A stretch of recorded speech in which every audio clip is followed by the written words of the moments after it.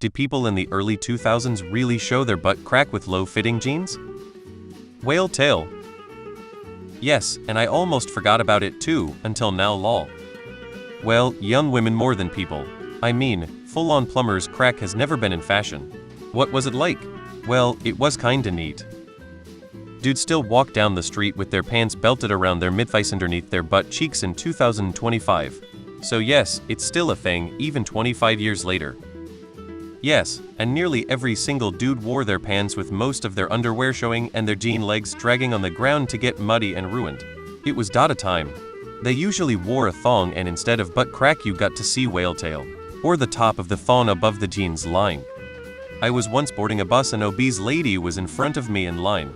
After she started up the steps, her butt crack was in my direct line of sight. The folks behind me were getting restless. Someone tried to nudge me forward.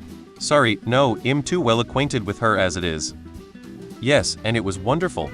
I was working in a mall at the time, so I was in the thick of it. Also, that's where the term whale tail came from. The internet wasn't as big back when we were bored.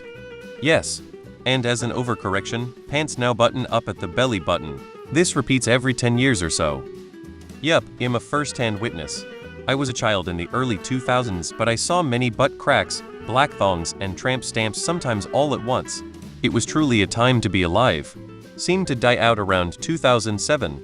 I'm a 27-year-old gay man, and sometimes I wonder if this is what made me gay, the trauma of being exposed to such sights at a young age.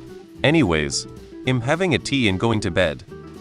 Yes, our son graduated from high school in 2002.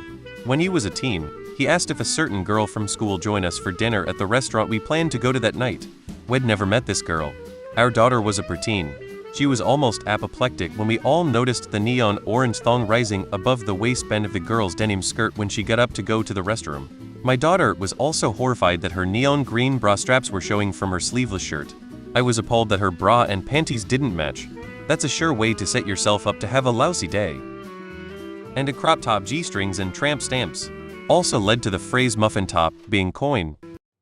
Yeah, don't you remember? Don't they still faux the saggy pants your underwear are showing thing?